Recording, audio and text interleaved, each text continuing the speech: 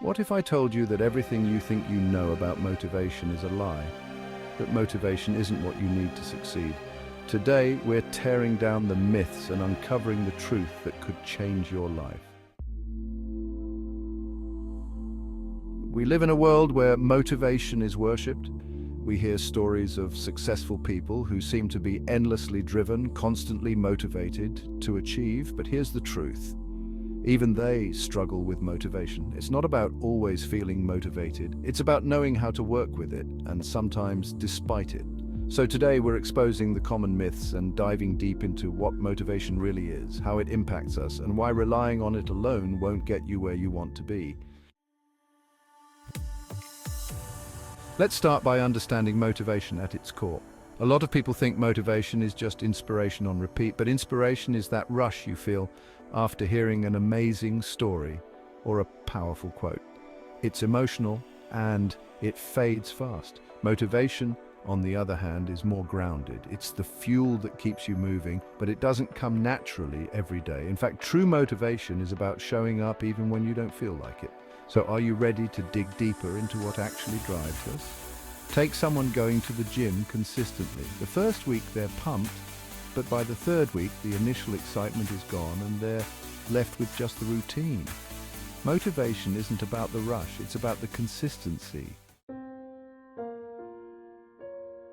Now let's break down two types of motivation, intrinsic and extrinsic. Intrinsic motivation comes from within. You do it because it fulfills you, not because of any external reward. Think of an artist who creates because they love the process, not for the fame or money. Then we have extrinsic motivation, driven by external rewards.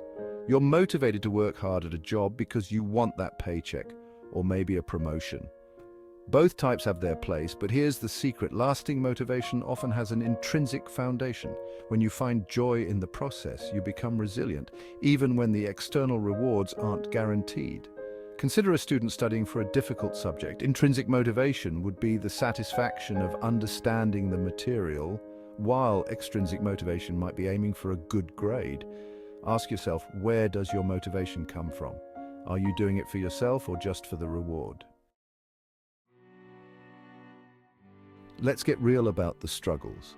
Staying motivated is hard because our brains are wired for comfort. The second things get tough, your mind starts saying, take it easy, you deserve a break. Sound familiar?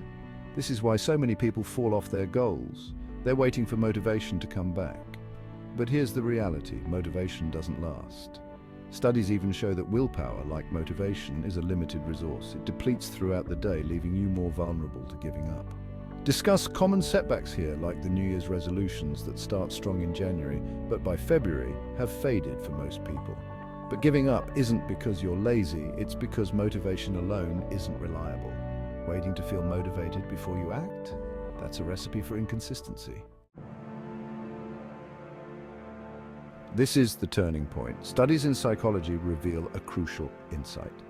Action comes before motivation, not the other way around. In other words, you don't wait to feel motivated to start. You start and then the motivation follows.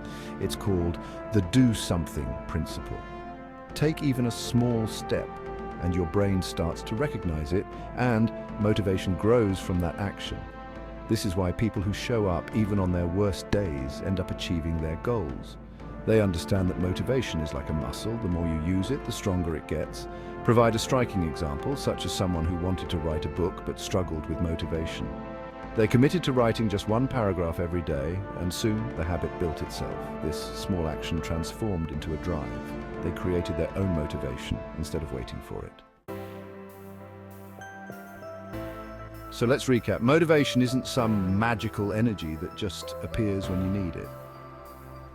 It's a skill you build day by day through action. It's the choice to start, even when you don't feel like it.